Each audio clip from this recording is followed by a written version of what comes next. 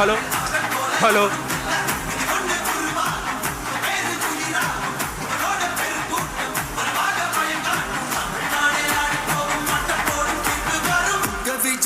விஜய் உயிரன வரனா விஜய் எளியவன் குரல்னா விஜய் தனியா நின்ற கடல்னா விஜய் எளியவன் குரல்னா விஜய் தனியா நின்ற கடல்னா மக்கள் தானே மன்னர்களை உனக்கு காட்ட வரனா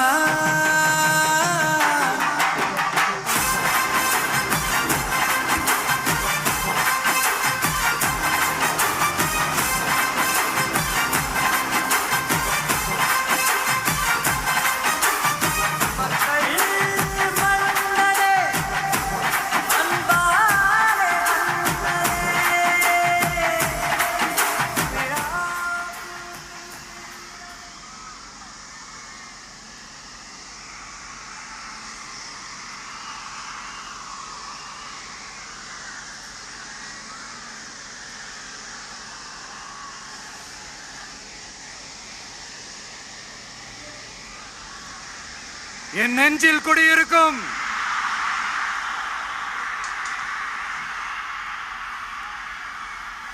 புதுச்சேரி மக்கள் உங்கள் அனைவருக்கும் என்னுடைய வணக்கம்.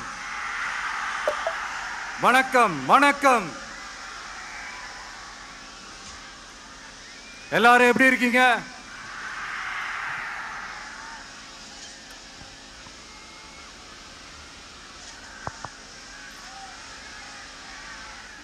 இந்த ஒன்றிய அரசுக்கு தான் தமிழ்நாடு ஒரு தனி மாநிலம், புதுச்சேரி ஒரு தனி யூனியன் பிரதேசம். அவங்களுக்கு தான் தமிழ்நாடு தனி, புதுச்சேரி தனி, இப்படிலாம் இருப்பாங்க. ஆனா நமக்கெல்லாம் அப்படி கிடையாதுங்க. நாமெல்லாம் வேறு வேறு கிடையாது. நாம் எல்லாரும் ஒண்ணுதான்.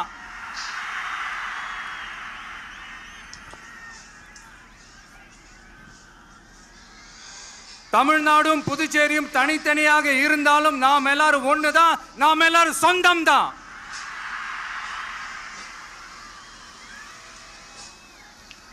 வேற வேற வீட்டுல, வேற வேற ஊர்ல, வேற நாட்டுல, வேற ஸ்டேட்ல இருக்கிறதுனால நாம் எல்லாரும் சொந்தங்கள் இல்லைன்னு ஆயிட முடியுமா? அது எப்படி முடியும்? இப்ப பாத்தீங்களா, ஒருத்தருக்கு ஒருத்தர் பார்த்துக்கும் போது அந்த பாச உணர்வு, அதுதாங்க, அது மட்டும்தான். அது இருந்துட்டாலே போதும், வேற எதுவுமே தேவையில்லை.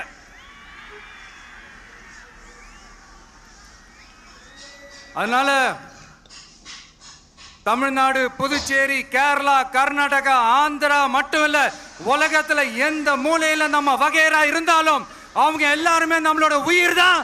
அவங்க எல்லாருமே நம்மளோட உறவு தான்.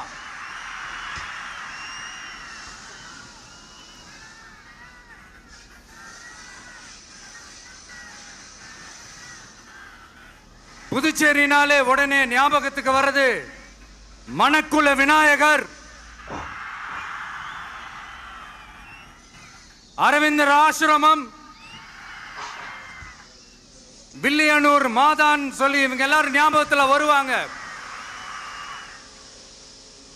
அது மட்டும் இல்ல, மகாகவி பாரதியார் அவர்கள் இருந்த மண், பாவேந்தர் பாரதிதாசன் அவர்கள் பிறந்த மண். அது மாதிரி இன்னும் சிறப்புகளை அடுக்கிக்கிட்டே போலாம். ஆனா அரசியல்னு வந்துட்டா ஒரு முக்கியமான விஷயத்தை பத்தி நம்ம சொல்லி ஆகணும். 1977ல புரட்சி தலைவர் எம்ஜிஆர் அவர்கள் தமிழ்நாட்டில் ஆட்சி அமைச்சாங்க. ஆனா அதுக்கு முன்னாடியே 1974லயே இங்க புதுச்சேரியில அவங்களோட ஆட்சி அமைஞ்சது. அதனாலதான் அப்பவே சொன்னாங்க, நமக்காக வந்தவர் எம்ஜிஆர், அவரை தமிழ்நாட்டில் மிஸ் பண்ணிடாதீங்கன்னு நமக்கு அலர்ட் பண்ணதே புதுச்சேரி தான். அப்படிப்பட்ட புதுச்சேரியை நம்மளால மறக்க முடியுமா? அது மட்டும் இல்ல, இங்க இருக்கிற மக்கள் தமிழ்நாடு மாதிரியே புதுச்சேரி மக்களும் என்ன கிட்டத்தட்ட ஒரு 30 வருஷமா என்ன தாங்கி பிடிச்சுக்கிட்டு இருக்கிறீங்க.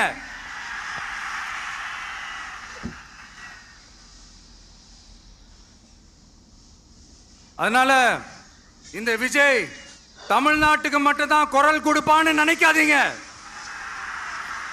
அப்படி பண்ணாத தவறு. புதுச்சேரி மக்களுக்கும் சேர்த்து தான் குரல் கொடுப்பான். அது என்னுடைய கடமையும் கூட. அதனாலதான் இங்க நீங்க ஃபேஸ் பண்ற பிரச்சனைகளை பத்தி இன்னைக்கு நான் பேசுறதுக்காக வந்திருக்கிறேன். அது மட்டும் இல்ல, இந்த புதுச்சேரி கவர்மெண்ட்டை பத்தி நாம சொல்லியே ஆகணும். இது டெஃபினட்டா தமிழ்நாட்டில் இருக்கிற மாதிரி நம்ம திமுக கவர்மெண்ட் மாதிரி கிடையவே கிடையாது.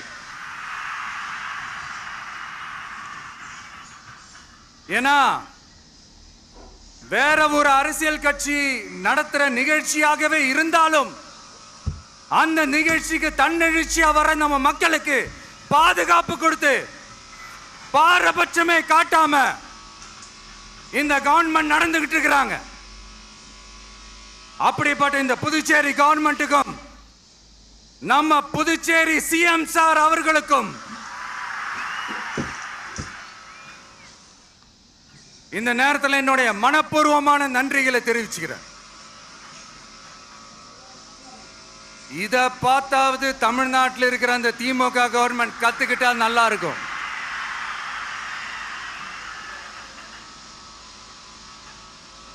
ஆனா அவங்க கத்துக்க மாட்டாங்க. பரவாயில்ல, வரப்போற எலெக்ஷன்ல 100% கத்துக்குவாங்க. அத நம்ம மக்கள் பார்த்துக்குவாங்க.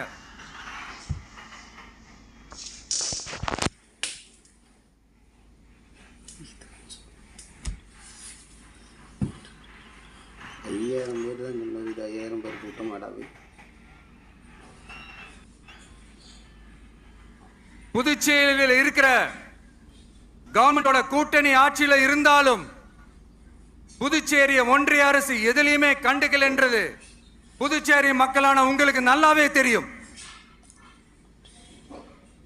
மாநில அந்தஸ்து கோரிக்கையை மட்டுமா கண்டுக்கல, இங்க வளர்ச்சி ஏற்படவும் துணை நிக்கவே இல்லைன்னு கேள்விப்படுறோம். இந்த புதுச்சேரிக்கு இன்னும் மாநில அந்தஸ்து கொடுக்கல. மாநில அந்தஸ்து வேணும்னு கேட்டு பல முறை சட்டசபையில தீர்மானம் போட்டு ஒன்றிய அரசுக்கு அனுப்பி வச்சுக்கிட்டே இருக்கிறாங்க. இந்த வருஷம் கூட மார்ச் மாசம் 27ஆம் தேதி 2025 அன்னைக்கு ஒரு தீர்மானம் போட்டாங்க. அது மாநில அந்தஸ்து வேணும்னு கேட்டு ஒன்றிய அரசுக்கு அனுப்புற 16வது தீர்மானம். புதுச்சேரி காரைக்கால் பகுதிகளில் மூடப்பட்ட 5 மில்கள், பல்வேறு தொழிற்சாலைகளை மீண்டும் திறக்கிறதுக்கு இதுவரைக்கும் ஒரு துரும்ப கூட கிள்ளி போடல. பல்லாயிரக்கணக்கான இளைஞர்களோட வேலை வாய்ப்புக்காக எதையுமே செய்யல. இங்க ஒரு ஐடி கம்பெனி உருவாகணும்ன்றது எண்ணமே இல்லை. அதை பத்தி யார் பேசினாலும் அது அவங்க காதல விழவே விழல. இங்க ஒரு அமைச்சரை ஊழல் குற்றச்சாட்டுல பதவி விட்டு நீக்கப்பட்டு அந்த இடத்துக்கு இன்னொருத்தரை நியமிச்சு 200 நாள் ஆச்சு. இன்னும் அவருக்கு ஒரு இலாக்காவே தரல. இந்த செயல் சிறுபான்மை மக்களை அவமானப்படுத்துறதுன்னு அந்த மக்களே சொல்றாங்க. புதுச்சேரியோட முக்கிய அங்கமாக இருக்கிற காரைக்கால், மாகே, ஏனாம் பகுதிகளில் எல்லாம் முன்னேற்றமே இல்லைன்னு அந்த பகுதி மக்கள் சொல்லிக்கிட்டே இருக்கிறாங்க. குறிப்பா காவிரியோட கடைமடை பகுதியான காரைக்காலை மொத்தமா கைவிட்ட மாதிரி தான் இருக்குது. இது எல்லாமே முன்னேற்றம் அடையணும். டூரிஸ்ட் பிளேஸ் ஆன புதுச்சேரியில போதுமான அளவு பார்க்கிங் வசதி இல்ல, போதுமான அளவு கழிப்பறை வசதி இல்ல. இதெல்லாமே மேம்படுத்தணும். புதுச்சேரி கடலூர் மார்க்கமான ரயில் திட்டம் வேணும்ங்கிறது நீண்ட கால கோரிக்கை. புதுச்சேரி மக்களுக்கு ஒன்னே ஒண்ணுதான் சொல்லணும், இந்த திமுகவை நம்பாதீங்க. அவங்களுக்கு உங்களை நம்ப வச்சு ஏமாத்துறது தான் அவங்க வேலையே. நான் சொன்ன பல கோரிக்கைகளை எல்லாம் தீர்த்து வைக்கிறதுக்கு நம்ம புதுச்சேரி கவர்மெண்ட்டுக்கும் அதோட மக்கள் திட்டங்களுக்கும் ரொம்ப அக்கறையா உண்மையா துணை நிற்கிறோம். தமிழ்நாட்டை ஒதுக்குற மாதிரி புதுச்சேரியும் ஒதுக்க கூடாதுன்னு நாங்க கேட்டுக்கிறோம். கிட்டத்தட்ட 20 லட்சம் பேர் வாழ்ற யூனியன் பிரதேசமான புதுச்சேரி மத்திய நிதி குழுவில் இடம்பெறவில்லை. அதனால் மாநிலங்களுக்கான நிதி பகிர்தல் அடிப்படையிலும் யூனியன் பிரதேசங்களுக்கான நிதி பகிர்தல் அடிப்படையிலும் புதுச்சேரிக்கு நிதி ஒதுக்கப்படுவதில்லை. அதனால ஒவ்வொரு ஆண்டும் புதுச்சேரிக்கு தோராயமாகவே மத்திய அரசு நிதியை விடுவிக்கிறது. அந்த நிதியும் அரசு ஊழியர்களின் சம்பளம், ஓய்வூதிய தொகை உள்ளிட்ட திட்ட செலவுகளுக்கே சென்று விடுவதால் மீத தேவைக்கு வெளிச்சந்தையிலும் கடன் பத்திரங்களை கடன் வாங்குகிறது புதுச்சேரி.